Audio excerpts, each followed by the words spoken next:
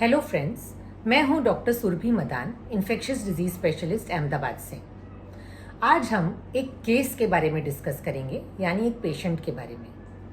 ये patient young patient है, 27 साल का एक लड़का, जो मेरे पास गांधीधाम से रेफ़र किया गया लास्ट वीक।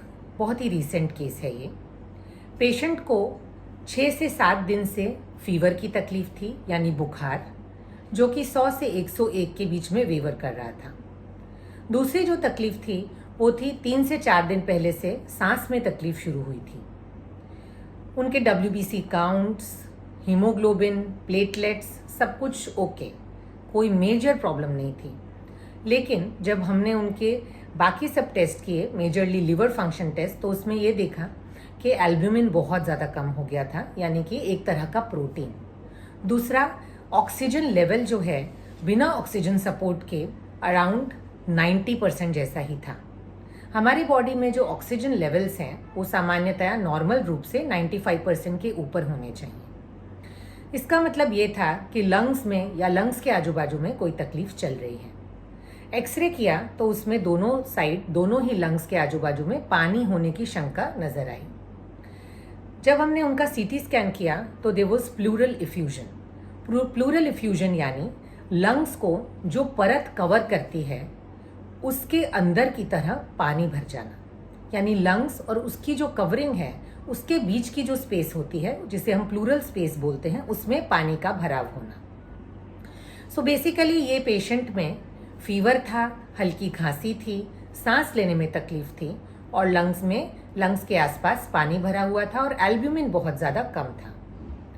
इस पेशेंट को पहले से कोई भी खास बीमारी नहीं थी। He was a young healthy man. मेरे पास आने के पहले पेशेंट को काफ़ी सारे एंटीबायोटिक्स दी गए थे।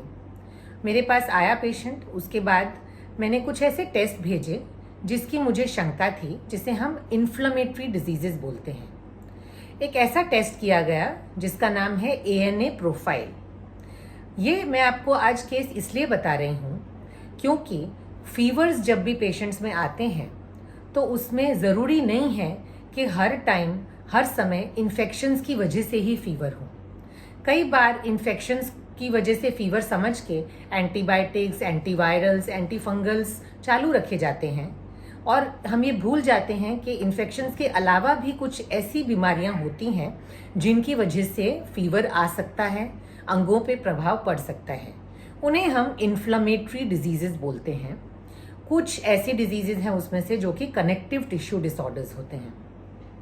आपके लिए जानना ये ज़रूरी है कि ये बीमारियां बॉडी में अंदर से प्रोड्यूस होती हैं, जिसका मतलब ये है कि ये बॉडी के अंदर किसी जंतु के प्रवेश के कारण नहीं होती हैं। इन्फेक्शंस क्या हैं?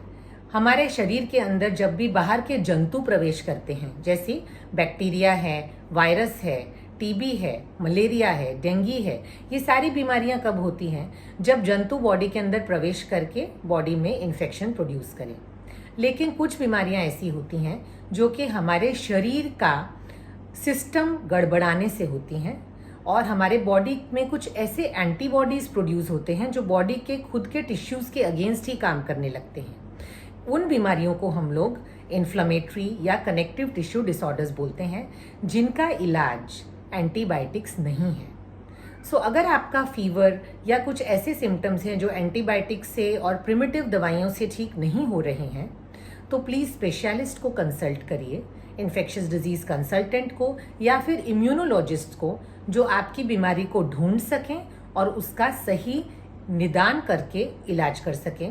बिकॉज ट्रीटमेंट तभी ठीक से हो पाएगा जब हम उसका डायग्नोसिस ठीक से कर पाएंगे। धन्यवाद।